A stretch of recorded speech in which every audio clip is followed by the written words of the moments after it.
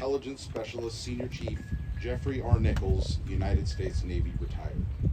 Senior Chief Nichols is a native of Wellston, Ohio. He enlisted in the U.S. Army in January of 1982 and attended basic training and airborne school at Fort Benning, Georgia. His first assignment was with the 2nd Battalion, 505th Parachute Infantry Regiment, 82nd Airborne Division, where he served as a rifleman, borderman, grenadier, fire team leader, squad leader, and urban warfare instructor. He attained the rank of sergeant and honorably left the Army in 1986. After a short break in service, Senior Chief Nichols later enlisted in the United States Navy and attended recruit training in Orlando, Florida. He became an intelligence specialist in 1987. During his career, his duties included imagery intelligence analyst, operational intelligence analyst, human intelligence analyst, and special operations intelligence analyst. He also served as the senior enlisted advisor at U.S. STRATCOM. Senior Chief Nichols retired in August of 2005 and became a naval science instructor at McLean La Vista Community Schools with the Naval JROTC program. He continues to teach and mentor there today. Please welcome Senior Chief Nichols.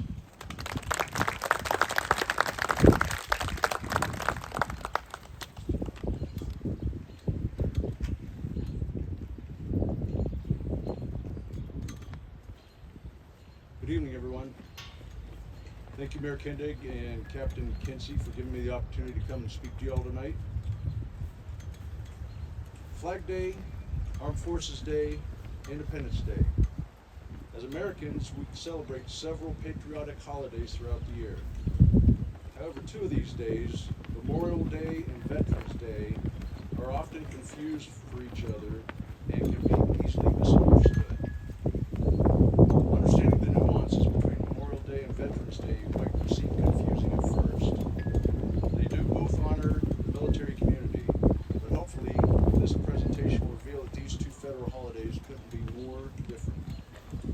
Veterans Day is a celebration of those who serve or have served. Memorial Day is a solemn day to reflect on military personnel who died while serving on active duty.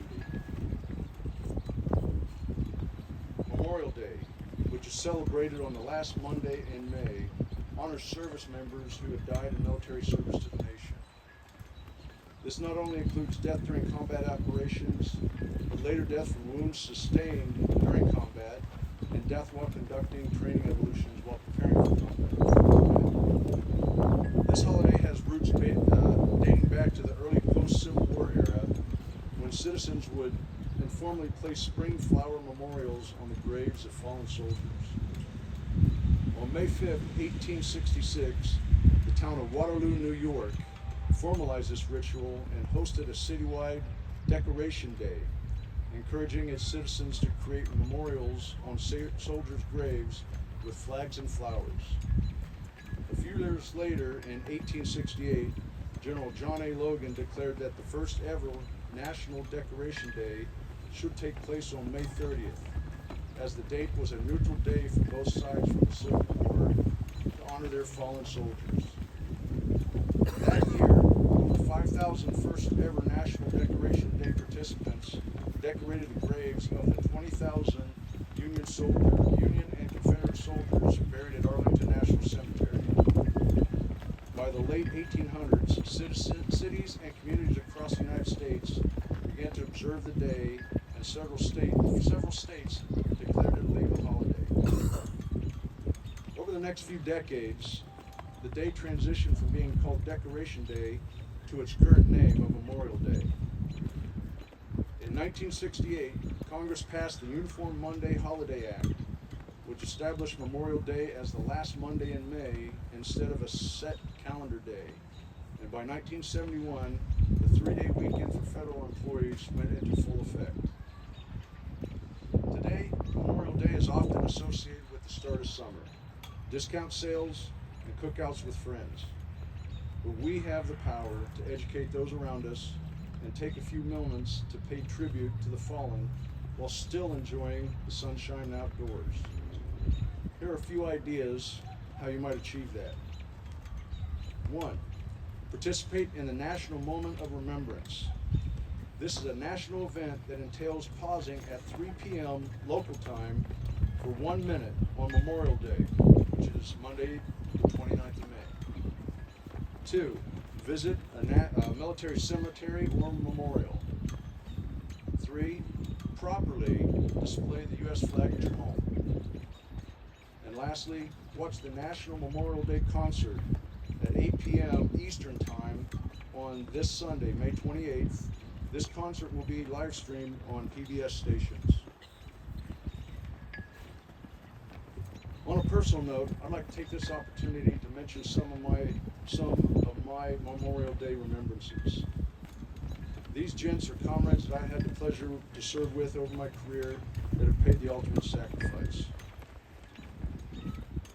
PFC Dinesh L. Rajamandari died November 23rd, 1983 on the island of Grenada. Senior Chief Petty Officer SEAL Tom Ratzlaff and Chief SEAL Kevin Houston died 6 August 2011 when the Chinook helicopter they were in, call sign Extortion 17, was shot down over Wardak province in Afghanistan. I'm just some guy that had the opportunity and the privilege to serve my country and work with some of the finest Americans that this country has to offer. I've been downrange with soldiers, Marines, sailors, airmen, Coast Guardsmen several times in my career. I haven't had the opportunity to work with Space Force yet, but have spent a lot of time in Stratcom J2 Space Division, so maybe that'll suffice. Anyway, to all our veterans out there that may have their own special memories for service members who paid the last full measure, this is for you. This will defend. Semper Fidelis. Semper Fortis. Aim high. Fly, fight, win. Semper Paratus. And Semper Supra. I'd like to offer a quick thought about military service. As per a study by the Department of Defense, only 1% of America's population will ever wear the uniform of the nation. However, this percentage is not always by personal choice. Military service is not a right, as not every individual that aspires to serve will be qualified. Age, citizenship, physical limitations, education, height, weight standards, criminal record, medical reasons, and drug history can exclude you from joining the military. With that being said, those that choose not to serve or are not eligible can still make a difference by remembering and honoring those who have paid the ultimate price. I've always admired President Ronald Reagan and would like to end my presentation with one of his quotes that I feel directly applies to Memorial Day. And I quote, "Freedom is never more than one generation away from extinction. We didn't pass it to our children in the bloodstream. It must be fought for, protected, and handed on for them to do the same. Or one day, we will spend our sunset years telling our children and our children's children what it was once like in the United States, where men were free." Thank you for your time, your attention, and your thoughts and prayers for those of us who couldn't be with their loved ones.